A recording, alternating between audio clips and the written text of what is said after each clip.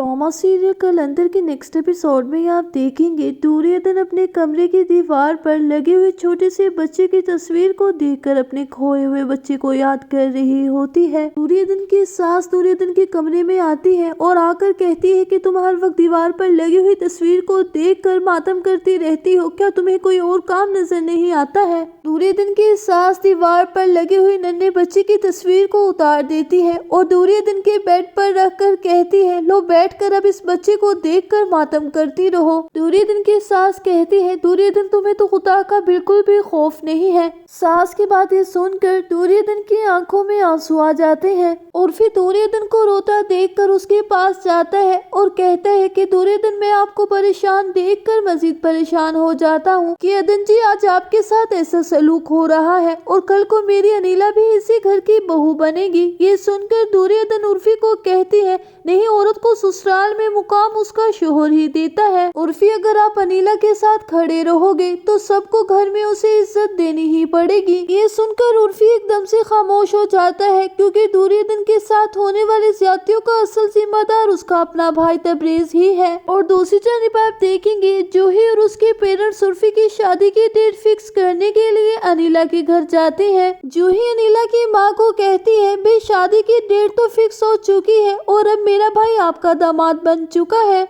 जूही की ये बात सुनकर अनिला की माँ कहती है कि उर्फी मेरा दामाद नहीं बल्कि मेरा बेटा भी बन चुका है। जूही कहती है, फुप्पो बेटा बनाने के चक्कर में अपनी बेटी को जहेज देना मत भूलिएगा। ये सुनकर अनिला और उसकी माँ गुस्से में भरी बैठी होती हैं। उर्फी की डेट फिक्स होने का सुनकर दुर्योधन बहुत ज्यादा खुश हो रही होती है। वो उर्फी के पास जाकर उसे मुबारकबाद देती है कि आपकी शादी की डेट फिक्स हो चुकी है क्योंकि आज सब घर वाले आपकी डेट फिक्स करने गए थे।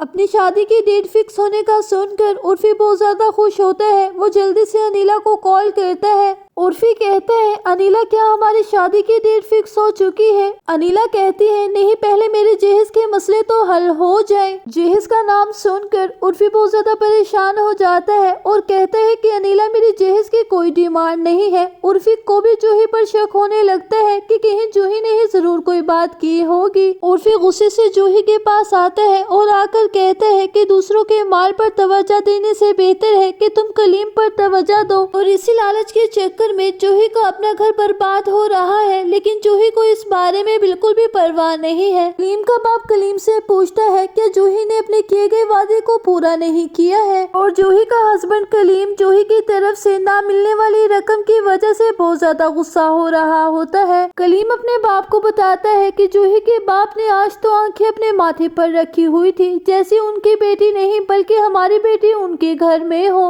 कलीम का बाप कहता है, जैसे जूही आ जाएगी तो उसे धक्के देकर इस घर से निकाल देना जब तक जूही अपने किए गए वादे को पूरा नहीं करेगी। अब जूही के साथ तो बहुत बुरा होने वाला है। आने वाली किस्त की मुकम्मल कहानी में आप सभी लोग देखेंगे तबरेज भी सुम्बुल से दूर होने की कोशिश कर रहा है। सुम्बुल तबरेज को कहती है कि आज मैंने तुम्हारे साथ शॉपिंग पे जाना है, लेकिन तबरेज ये कहकर बहाना लगा देता है कि मेरे ऑफिस में आज मीटिंग है। सुम्बुल को तबरेज की इस बात पर शक होने लगता है। सुम्बुल कहती है, जरूर दाल में कुछ काला है। वो तबरेज के ऑफिस पहुंच जाती है और कहती है, तबरेज तुम यहाँ क्या कर रहे हो? तुम्हारी तो कोई भी मीटिंग नहीं हो रही है। और तबरेज बैठा अपने दिल में दुर्योधन के साथ होने वाली ज्यादती का मातम मना रहा होता है। तबरेज सुम्बुल की किसी भी बात का कोई जवाब नहीं देता क्योंकि वो सुम्बुल से बहुत तंग आ चुका है। तो क्या है कहना आप लोगों का कि तबरेज के दिल में दुर्योधन की मोहब्बत उसे खींचकर दुर्योधन के पास ले आएगी या फिर सुम्बुल के लालच की वजह से वो दुर्योधन को खो देगा? अपनी कीमती राय का इजहार कमेंट सेक्शन में जरूर कीजिए और मेरे चैनल को सब्सक्राइब कर दीजिए, वीडियो को लाइक कर दीजिए, बेल आइकन को प्रेस कर दीजिए ताकि मेरे आने वाली हर अच्छी और नई वीडियो का नोटिफिकेशन आपको मिलता रहे। अब मैं मिलूंगी आपसे किसी अच्छी और नेक्स्ट वीडियो के साथ। तब तक के लिए फी अमानिल्लाह।